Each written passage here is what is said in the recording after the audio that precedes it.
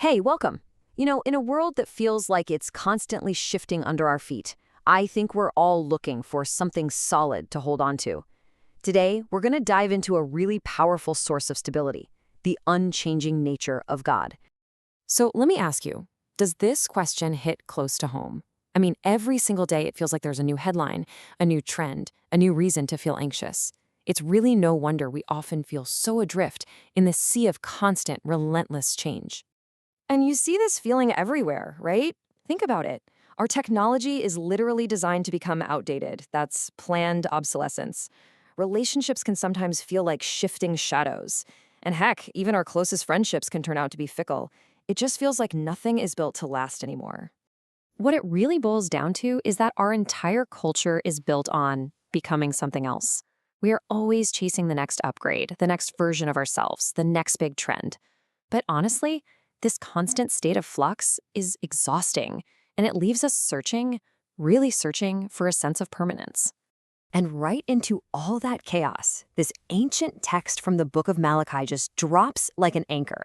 It offers a totally radical alternative to the world we were just talking about. This isn't a statement about becoming, it's a profound declaration of being.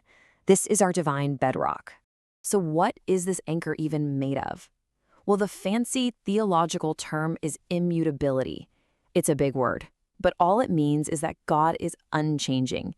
And get this, it's not just that he chooses not to change, but that permanence is his very nature. His character, his will, his promises, they are completely and totally stable. To really wrap our minds around this, we're going to break it down and explore three core pillars that show how God's unchanging nature gives us stability: his presence, his perfection, and his preservation. So let's start with that first pillar. It all begins with how God actually identifies himself in that very first phrase of the verse we just saw. There is just so much depth in that simple phrase, I am. First, it points to this idea of the eternal now. See, God doesn't experience time like we do. He simply is. And second, it means he is the sufficient source.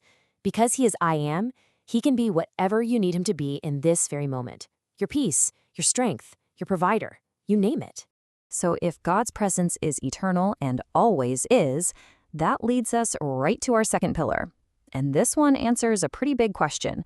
Why doesn't God change? Well, the answer is found in his perfect nature. Now, this is a fascinating bit of logic. Think about it. Change itself implies moving towards or away from a state of perfection. But what happens when you've already arrived? God can't improve because he is the standard of perfect.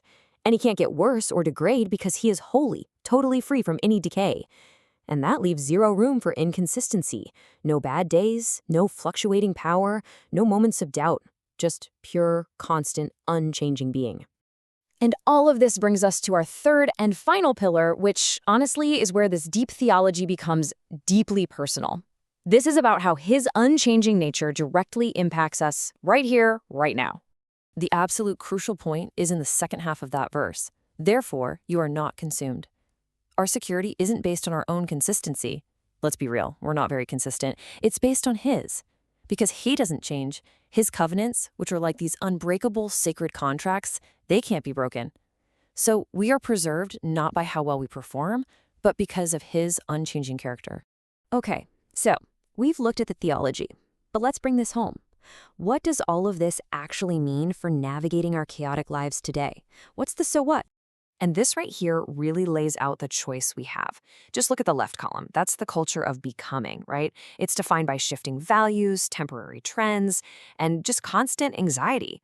Now look at the right, a God of being. He offers permanent principles and the real foundation, the prerequisite for true peace.